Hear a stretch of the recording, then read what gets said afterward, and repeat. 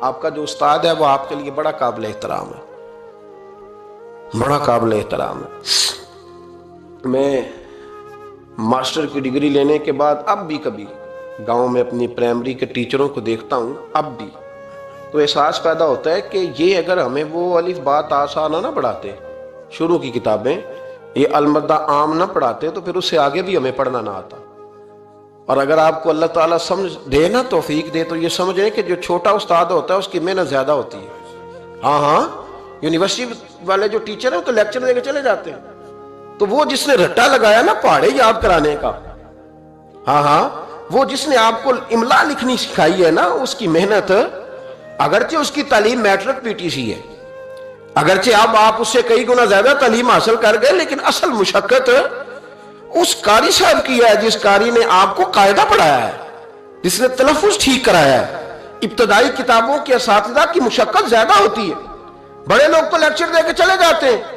تو بھائی ادب کرنا سیکھیں۔ میرے رسول پاک صلی اللہ علیہ وسلم نے ارشاد فرمایا، حضور فرمانے لگے، ایک تیرا باپ وہ ہے جس کی صلب سے تو پیدا ہوا، اور ایک تیرا باپ وہ ہے جس نے اپنی بیٹی دے کے تجھے بیٹا بنایا، اور فرمایا ایک تیرا باپ وہ ہے جس نے تجھے تعلیم دی، وہ تیرا باپ ہے، اس کا اکرام کر، اس کا ادب۔ اور حضرت مولا علی شیر خدا نے تو شیروں جیسی بات ہی کر دی۔ بڑے لوگ بڑی بڑی باتیں، اتنی بڑی بات اس موضوع پر میں نے تلاش کیا ہے، میں نے بڑے لوگوں کو پڑھا ہے اس عنوان پر، لیکن اتنی بڑی بات کہیں نہیں ملی۔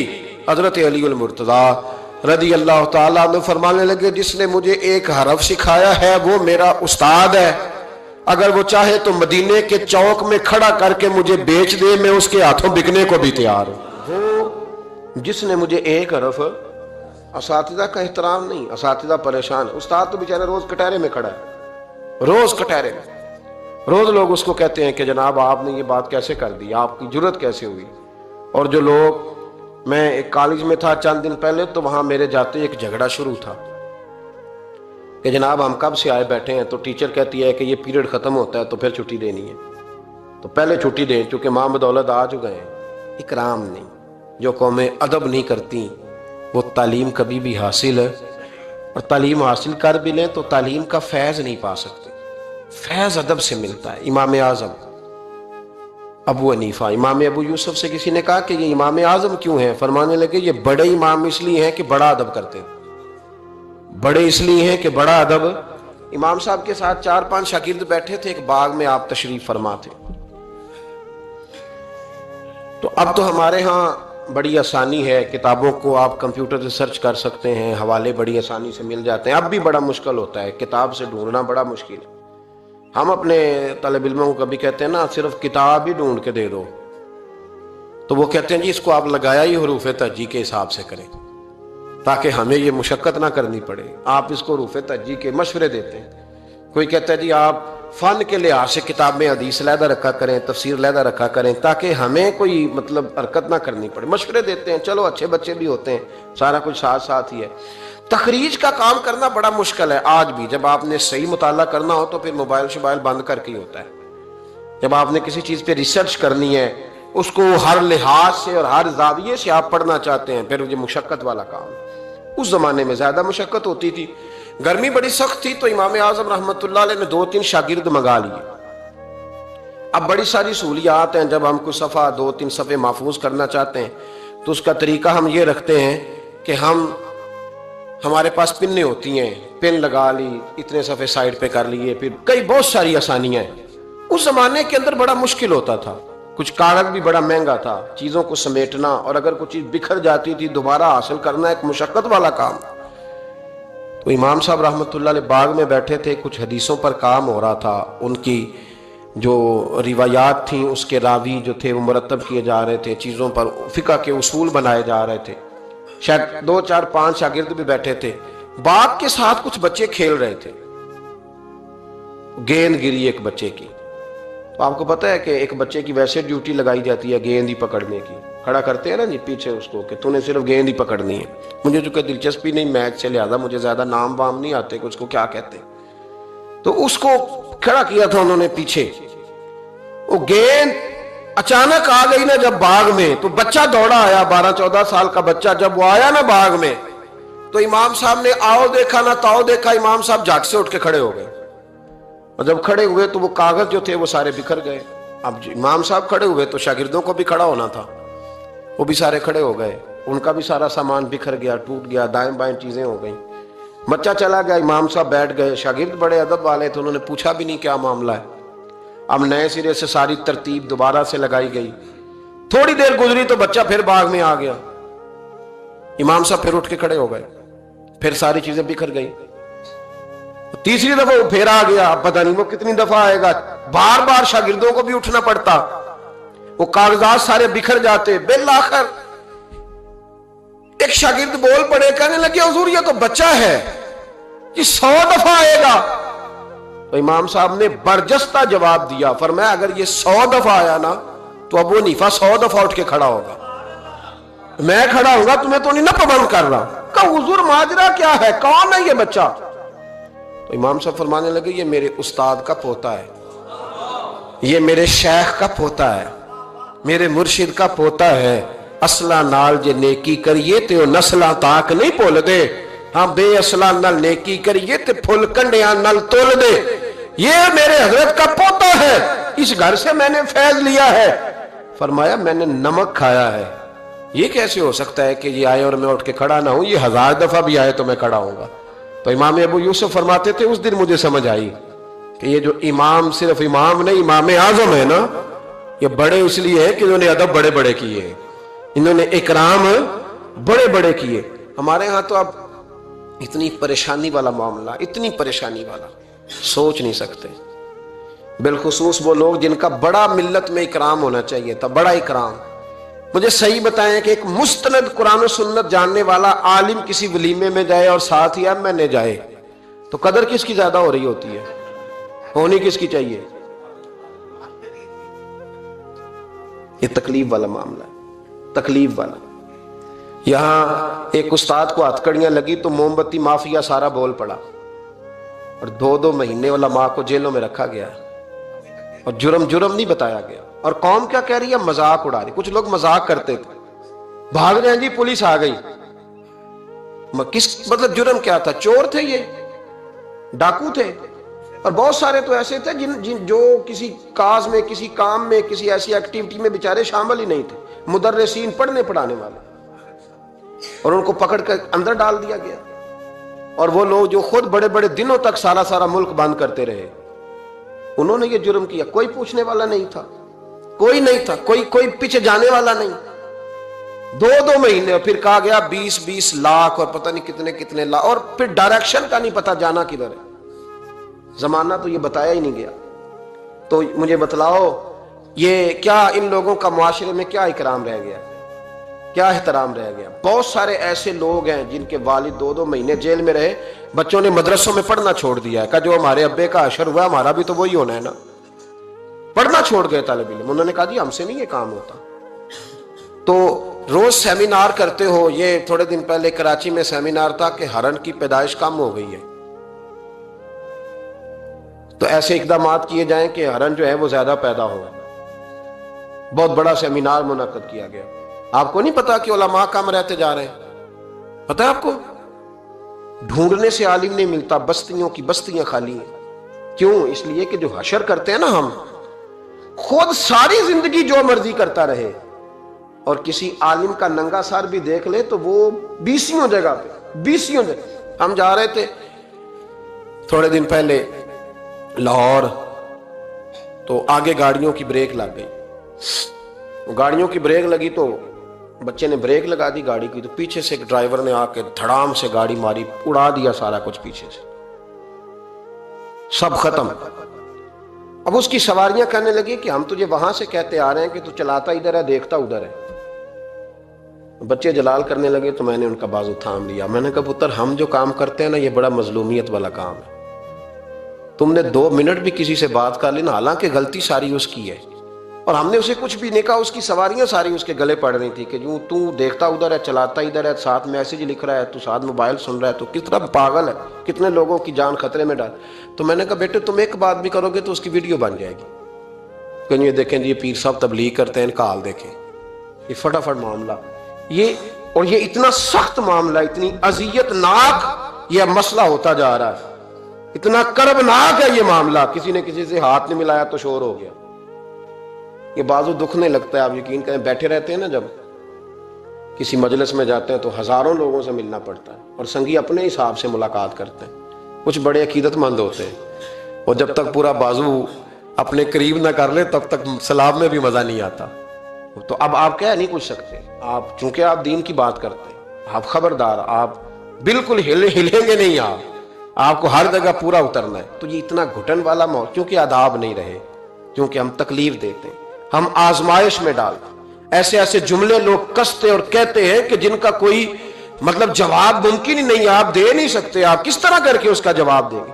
کسی نے فون کیا اور کوئی سخت بات کہہ دی تو آپ نہیں جواب دے سکتے، پتہ نہیں وہاں ریکارڈنگ نہ چل رہی ہو اور وہ اپنی بات پتہ نہیں ریکارڈ کرے نہیں کرے گا۔ یہ تکلیف ہے۔ کبھی بھی اپنے بزرگوں کو تکلیف، کبھی بھی تکلیف نہ دیں، کبھی بھی اذیت میں مبتلا نہ کریں، آزمائش میں نہ ڈالیں کبھی بھی۔ اور میں طالب علموں سے کہتا ہوں، میں کہتا ہوں تمہیں کیا ضرورت ہے کبھی کبھی، اور الحمدللہ یہ چند لوگوں کی بات کر رہا ہوں، ورنہ اللہ کا فضل ہے، عزت کرنے والوں کی تعداد زیادہ ہے، پیار کرنے والوں کی تعداد زیادہ ہے، اور کرم کے ساتھ دیکھنے والوں کی تعداد زیادہ ہے، اللہ کا فضل ہے، زیادہ ہے لوگ۔ لیکن میں طالب علموں سے کہتا ہوں، میں یہ حدیثیں اکثر بیان نہیں کرتا کہ کہیں میرے دل میں یہ خیال نہ آئے کہ میں بھی ایسا ہوں، میں اس درجے کا بندہ نہیں ہوں، الحمدللہ صحیح کہہ رہا ہوں، میں اس درجے کا نہیں ہوں۔ پر یار کتنی شاندار بات ہے، کتنی بڑی علامہ اسماعیل حقی نے روایت لکھی ہے، میرے نبی کریم رسول رحمت صلی اللہ علیہ وسلم آقا دو عالم علیہ السلام نے فرمایا، حضور نے نہیں فرمایا کہ پیر میرا وارث ہے، نبی پاک نے یہ نہیں فرمایا کہ جو ساری زندگی رزق حلال کھائے وہ میرا وارث ہے، یہ نہیں فرمایا کہ 40 سال عشاء کے وضو سے فجر پڑے تو اب میرا سجادہ نشین ہو گیا، نہ، نبی پاک نے فرمایا یہ جو عالم ہے نا یہ میرے وارث ہے، یہ دین کے عالم میرے، اور کیا حسن ہے لفظوں کا، کیا وقار ہے۔ یقین کریں جب یہ حدیثیں پڑھتے ہیں نا تو روح پرواز کرتی ہے، اور دل کرتا ہے کہ وجد اگر آ سکتا ہے تو اس بات پہ آ سکتا ہے۔ میرے مصطفیٰ کریم علیہ السلام نے فرمایا جس نے کسی عالم کی مدد کی سمجھے میں نے اپنے نبی کی مدد کی، فرمایا جس نے کسی عالم کو سہارا دیا وہ سمجھے میں نے اپنے نبی کو سہارا دیا، اور حضور فرمانے لگے جو کسی عالم کی صحبت میں بیٹھا وہ سمجھے میری صحبت میں بیٹھا ہے، اور حد ہو گئی، نبی کریم علیہ السلام نے فرمایا جس نے عالم کی زیارت کر لی سمجھے اس نے میرا دیدار کر لیا، اور فرمایا عالم کا چہرہ دیکھتے رہنا بھی عبادت ہے۔ اتنا بڑا درجہ، اور جہاں جناب موم بتی مافیا ٹی وی پہ بیٹھے ہوئے لبرل لوگ، لبرل بے دین، یہاں تو کسی کی عزت محفوظ نہیں۔ تھوڑے دن پہلے ایک بڑے مشہور اینکر کی مجھے ویڈیو دکھائی، بچوں نے علامہ اقبال کو برا بھلا کہہ رہے تھے، علامہ، اور بڑے غلیظ، سنا آپ نے بھی، نام لینے کی ضرورت تو نہیں، پتہ نا جی میں بات نہیں کرتا جی، کسی ہم ذکر نہیں کرتے۔ میرا عرض کرنے کا مقصد یہ ہے کہ آپ اقبال مصور پاکستان، محسن پاکستان، اور ٹی وی پر بیٹھ کر آپ جب ایسی ہستیوں کے بارے میں جملے کسیں گے پیچھے کیا رہے گا؟ تکلیف نہ دیں، کم از کم جو چلے گئے ان کے بارے میں تو نبی پاک نے فرمایا اذکروا محاسن موتاکم، جو مر جائے تو اس میں تو کمزوری ہو بھی تو اس کا ذکر نہ کرو، اس کی صرف اچھی اچھی باتوں کا ذکر کرو۔ یہ ظلم ہے، یہ زیادتی ہے، خیال فرمائیں اپنے گزر۔ دیکھیں نا داتا علی اجویری رحمت اللہ، پتہ کتنا بڑا شخص ہے، غوث اعظم جیلانی رحمت اللہ علیہ کا ایک قول ہے، آپ فرماتے ہیں کہ اگر میں علی بن عثمان حجویری کے زمانے میں ہوتا تو ضرور ان کی صحبت میں بیٹھتا، یعنی غوث پاک کہتے ہیں۔ چلو ہم تو داتا صاحب ویسے بھی نہیں جاتے، کبھی مال لینے لاہور گئے ہو نا تو باہر ہی کھڑے ہو کے کچھ لوگ سلام کر لیتے ہیں، کچھ لوگ کہتے ہیں جی میں نے پورے سال میں ایک پورا بندہ وہاں سجدہ کرتے دیکھا ہے، ایک پورا۔ تو میں کہتا ہوں جو ہر نماز کے وقت وہاں ہزاروں نماز پڑھتے ہیں وہ نہیں نظر آئے؟ جو ہزاروں لوگ وہاں جمعہ پڑھتے ہیں وہ نہیں دکھے تمہیں؟ جو سارا دن قرآن پاک کی تلاوت ہوتی ہے وہ نہیں نظر آئی؟ عجیب معاملہ۔ ایک صاحب مجھ سے کہنے لگے کہ داتا تو اللہ ہے، میں نے کہا اللہ کے 99 ناموں میں داتا نکال کے دکھاؤ، ہے کہیں؟ بولے لفظ ہی فارسی کا ہے۔ کیا عجیب، مطلب ایسی منطق ہے لوگوں کی جو سمجھ سے بالا تار ہے۔ بھئی لفظ داتا اللہ کے 99 ناموں میں موجود نہیں ہے۔ داتا کا معنی آپ کیوں وہ کرتے ہو؟ پھر تو آپ کہیں گے کہ اماں سے بھی روٹی مانگنا جائز نہیں، کیونکہ داتا کا معنی دینے والا ہے، تو اماں روٹی پکا کے دیتی ہے کہ نہیں؟ ابا پیسے دیتا ہے کہ نہیں؟ عجیب فلسفہ ہے لوگوں کا۔ ہر بات کا الٹ مطلب، بزرگوں تک کو لوگ تکلیف دیتے ہیں، اذیت دیتے ہیں، آزمائش میں مبتلا کرتے ہیں.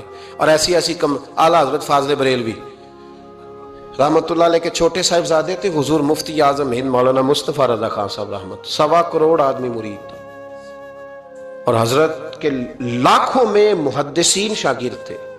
لیکن تنقید کرنے والوں کو موقع مل جاتا ہے نا. حضرت بڑی دور گئے تھے ایک جگہ پہ، بڑی دور، تو ایک سیٹھ صاحب کہنے لگے کہ میرا بڑا دل کرتا ہے کہ وہ میرے گھر میں قیام کرے، بڑی میری خواہش ہے. کہ چلو ٹھیک ہے، آپ کے گھر قیام کرتے ہیں. حضور مفتی اعظم نا رات کو ان کے گھر میں قیام کیا. اب مسافر کے لیے تو اللہ تعالیٰ نے نماز عادی کر دی ہے، 4 فرضوں والی نماز ہے تو رب کریم نے 2 فرض کر دیے. سنتوں اور نفلوں میں اجازت دے دی، پڑھے کوئی تب بھی ٹھیک ہے، نہ پڑھے تب بھی ٹھیک ہے. تو اب فرض جہاں کم کر دیے گئے تو حضور مفتی اعظم اس گھر میں مہمان تھے، سارا دن کی تھکاوٹ تھی، تو جہاں اللہ تعالیٰ نے فرض کم کر دیے وہاں آپ کسی پہ پابندی لگائیں کہ اٹھ کے تہجد بھی پڑھے. آپ نے عشاء کی نماز پڑھی، آرام فرمایا، فجر کے وقت اٹھے. اس شخص نے بڑی مشکل سے فجر کے بعد ناشتہ دیا اور سویرے شور کرنے لگا اتنے بڑے پیر ہیں، تہجد تو پڑھی کوئی نہیں. لوگوں نے اس کو کہا یار تو اس بات کی پابندی لگا رہا ہے جس کی اللہ رسول نہیں لگاتے. تو سفر کے اندر تو فرض نماز کو اللہ تعالیٰ نے اجازت دے دی ہے، تو نفلوں کی کہنے لگا جی نہیں مجھے نہیں سمجھ آئی بات. انہوں نے کہا کہ تمہیں پتہ ہے حدیث کیا ہے؟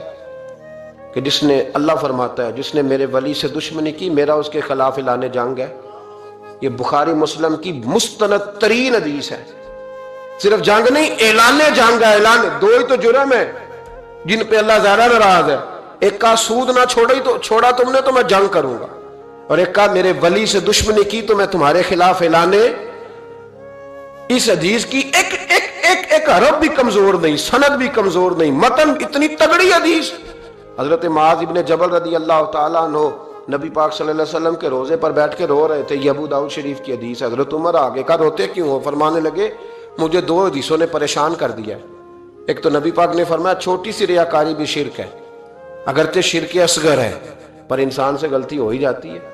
اور دوسرا حضور نے کہا ہے کہ جس نے ولی سے دشمنی کی میرا اعلان جنگ ہے. تو عمر مجھے کیسے پتا چلے گا کہ کون ولی ہے؟ حضرت عمر نے کہا بہتر یہ ہے کہ تو سب کی عزت کیا کر، سب کا اکرام کر. لیکن یہاں تو لوگ معاف ہی نہیں کر رہے. غوث پاک پر بھی فتویٰ ہے، داتا علی اجویری پر بھی فتویٰ ہے، خواجہ معین الدین. پتہ نہیں یہ کون سا دین ہے، کون سا مذہب ہے جس میں پچھلا کوئی بھی ٹھیک نہیں تھا، جو آج پیدا ہوا صرف وہ ٹھیک ہے، جو جتنا زیادہ بدتمیز ہوتا ہے اتنا زیادہ عروج پاتا ہے. تو میں کہتا ہوں امام بخاری کو بھی نہیں مانتا. کیوں مانا تو نے امام بخاری کو؟ امام بخاری کو مانو گے تو بخاری مانو گے، امام مسلم کو مانو گے تو مسلم شریف کو. کیا فلسفہ ہے؟ بغیر کسی امام کے تو حدیث تک پہنچ ہی نہیں سکتا. جانا ڈائریکٹ جا کے لے نبی پاک سے حدیث، امام بخاری کے بخیر لے تیرا پتہ چلے. جب امت میں جتنے لوگ گزر گئے سینکڑوں سالوں میں وہ سارے غلط تھے، جو آج پیدا ہوا وہ ٹھیک ہے. کوئی ٹی وی پہ بیٹھ گیا، کوئی یوٹیوب پہ بیٹھ گیا، سارے غلط تھے جی میں نیا آیا ہوں میں ٹھیک ہوں. یہ کیسے ہو سکتا ہے؟ بدتمیزوں کو عروج ملے گا. تو نبی کریم علیہ السلام نے فرمایا اللہ کا اعلان جنگ ہے، یہ بخاری مسلم ہے، یاد رکھنا. کبھی ذہن میں بھی کسی اللہ کے نیک بندے کے بارے میں برا خیال نہ پیدا کرنا. اعلان جنگ ہے رب کریم کا. تو کہنے لگا جی تہجد ہی نہیں پڑھی. لوگوں نے بڑا سمجھایا کہ یار کوئی بات تو نے غیر شرعی دیکھی ہے تو وہ کر، لیکن تو جہاں بیٹھتا ہے غیبت کرتا ہے، جہاں بیٹھتا ہے کوئی غیر شرعی بات دیکھی ہے تو بیان کر. ہم کہنے لگا جی نہیں. چونکہ بڑا سیٹھ تھا، جب اسے اتنی زیادہ بات کی تو حضور مفتی اعظم ہند کو تکلیف ہوئی. جاگ رہے ہیں آپ لوگ؟ آپ رو پڑے، فرمانے لگے اسے ایسا نہیں کرنا چاہیے تھا. میری کوئی غلط بات دیکھتا تو تبصرہ کرتا. آپ کی آنکھوں میں آنسو کیا آئے، اس کے گھر میں تو آگ لگ گئی. کہتا ہے صرف وجود کے کپڑے بچے، باقی ہر شے جل گئی. اور پھر میں 2 سال محنت کرتا رہا کہ دوبارہ میرا گھر، میرا کاروبار مضبوط ہو جائے، نہ ہو سکا. پھر ایک دن تڑپا تو کسی نے کہا وہاں چلا جا، معافی لے لے. تجھے پتا ہے جب کوئی ولی کا بے ادب ہوتا ہے تو پھر رب اس کا کیا حال کرتا ہے. وہاں چلا جا، بچ جائے گا. آیا حضور مفتی اعظم کی خدمت میں، دروازے پہ داخل ہوا تو آپ فرمانے لگے تو نے اچھا کیا تو آ گیا، اور اب تجھے معافی مانگنے کی ضرورت نہیں، جا میں بغیر معافی مانگے ہی تجھے معاف کرتا ہوں. وہ کہتا ہے اگلے دن سے ہی میں نے اپنا رویہ. حضرت جنید بغدادی یہ داتا صاحب نے لکھا ہے، حضرت جنید بغدادی نے نا ایک نوجوان کی تربیت کی، اسے ادھر دیکھیں میری طرف، جنید بغدادی نے اسے تعلیم دی، وہ اکثر آتا، آپ پڑھاتے، پیار کرتے، محبت کرتے، تھوڑی سی نا چند باتوں کی اسے خبر ہو گئی، علم ہو گیا، پھر آہستہ آہستہ اسے نورانی خواب بھی آنے لگ گئے، پھر آہستہ آہستہ اسے سمجھ لگنے لگے کہ اب میں نہ کچھ ہوں۔